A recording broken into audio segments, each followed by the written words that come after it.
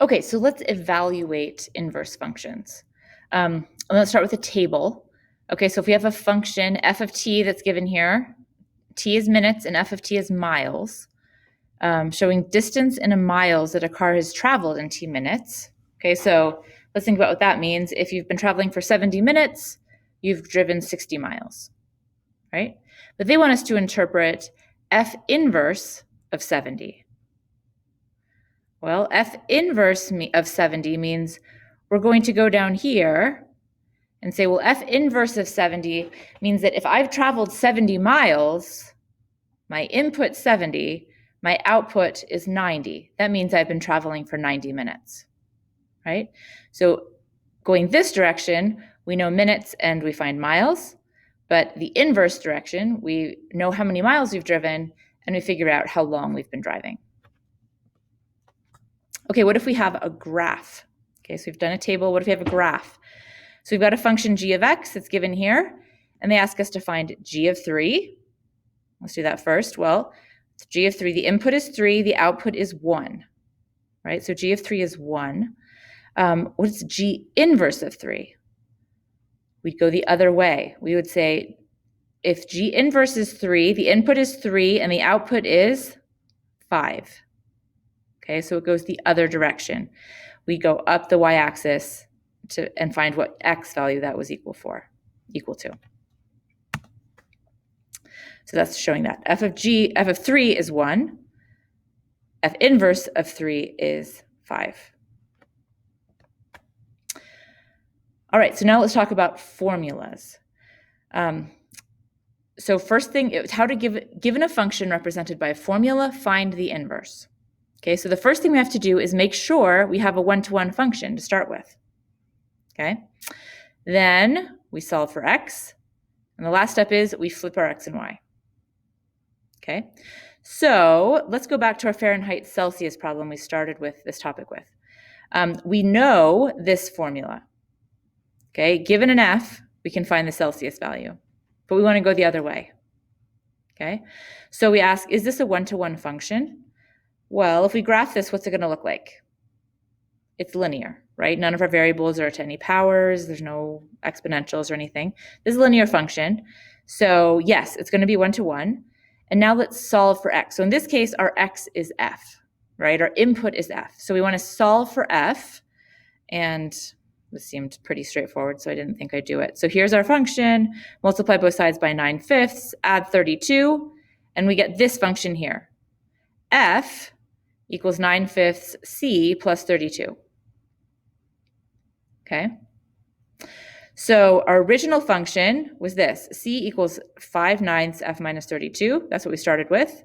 And we could think of that if we call that function h of f, right? Our input's f, our output's Celsius. Well, we ended up with this function down here, 9/5 c plus 32. That's the inverse, right? We put in a Celsius, we get an f out, right? We put in a Celsius value, we get a Fahrenheit value out. So let's do one of these on paper. All right, so we've got an inverse of this function. They give us a function, f of x equals 2 over x minus 3 plus 4, and they want us to find the inverse. Okay, well, is this going to be one-to-one? It's not. I mean, we could graph it and see. There's not any, it's not a polynomial, so it's not going to be like curvy up and down. Let's just, as we go through, or if it's not, we might get some clues as we go. So we are going to assume it's one-to-one. Now we're going to solve for x. So I'm going to replace f of x with y. Okay. And I'm going to solve. So I like to do the kind of different steps than they do. Right now, I like to switch my x's and y's. Okay, so I'm going to say x equals 2 over y minus 3 plus 4. And now I'm going to solve for y. Okay, so I'll subtract 4. And let's see, I'll multiply both sides by y minus 3 and divide by x minus 4. I did two things in one step there, right? I multiplied by y minus 3 and divided by x minus 4. And now I'm going to add 3 to both sides.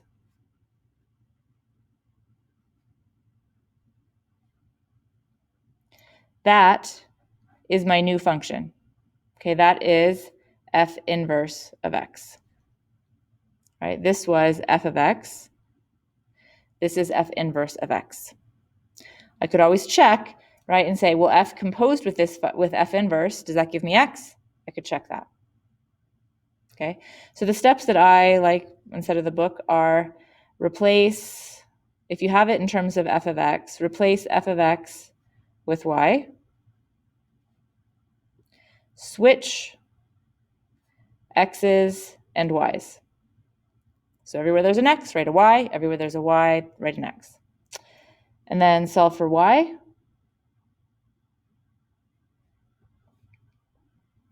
And then replace y with f inverse of x. Okay.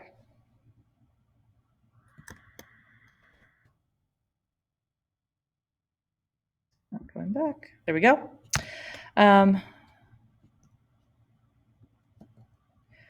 Okay, let's do another example. Let's find the inverse of a function that has radicals. Oops.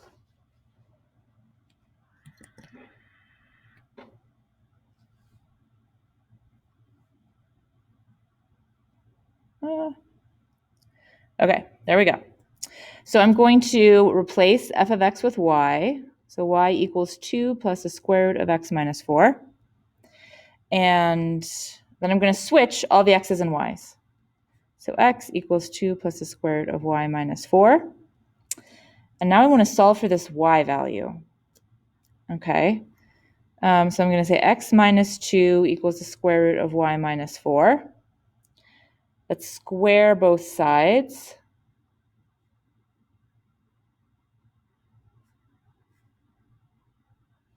And add 4. So I'll move things over. All right, I added 4 and then switched the order that they were in. Okay, well, what's this going to look like? Let's think real quickly about what this original function was. It's a square root function, right? So it originally started like this. And we know all about transformations, right? We can say, well, it was shifted to the right by 4 and up by 2, right? So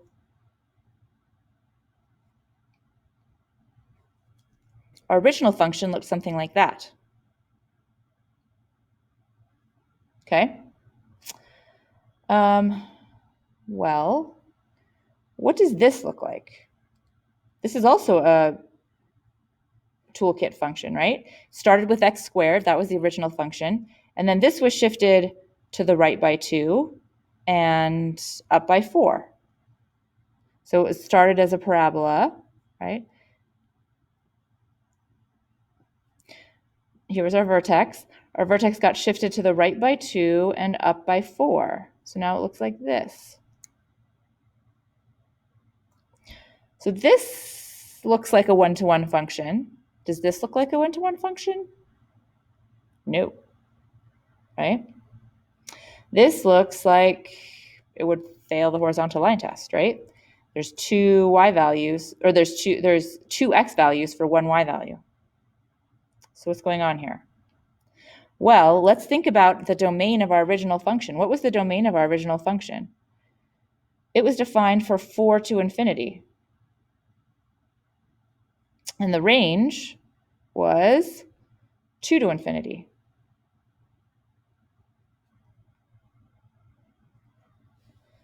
Okay.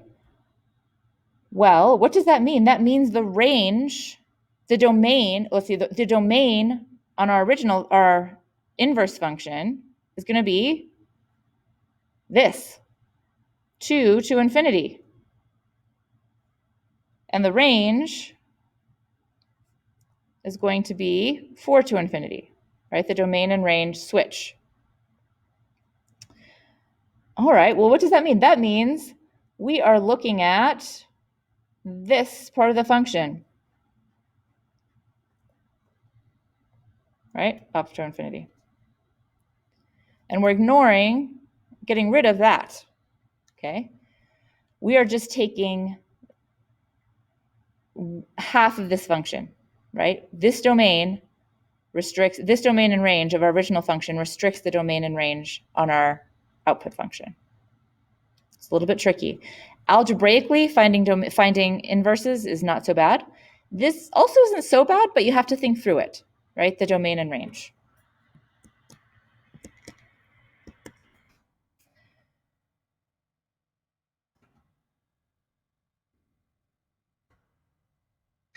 All right, so let's look at this graphically, okay? We've got half of an x squared function, right? Half of a parabola. This is a quadratic function with the domain restricted from 0 to infinity. Why would we do that? Well, because we need it to be 1 to 1. Okay, so we're just taking half of the function. The inverse of a quadratic is going to be the square root, right? X squared, square root of x are going to undo each other. What does a square root function look like? Well, it's this green one here. Do you see a relationship between the blue function and the green function?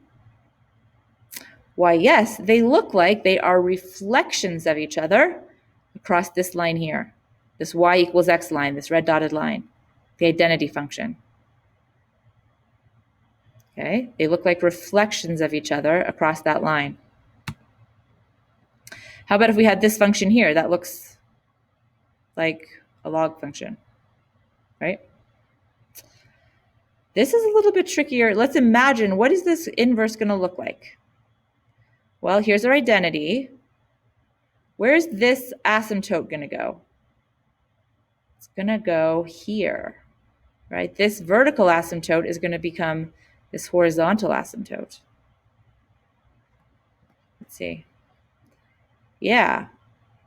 This function reflected across here, the inverse, looks like this green one, right? This vertical function becomes this horizontal asymptote. Sorry, not vertical function. Vertical asymptote becomes this horizontal asymptote. So the graphs reflect, and do you remember that is because the x and y values switch, right? That is the same thing as reflecting about this line. The very beginning when you talked about the input and output values, right? 2, 4 becomes 4, 2. 5, 12 becomes 12, 5, right? That is reflecting about this y equals x line. Okay, so the graphs are reflections. And let's just look at a point like 2, 1 becomes the point 1, 2. Okay, those points reflect across that line and the x and y values switch. So we could go point, if the graphs weren't such nice curves, right, and we needed to have a weirder looking graph and we wanted to reflect it, we could go point by point and say 2, 1 becomes 1, 2, right? All right, that is the end of inverse functions. Good luck on the quiz and let me know if you have any questions.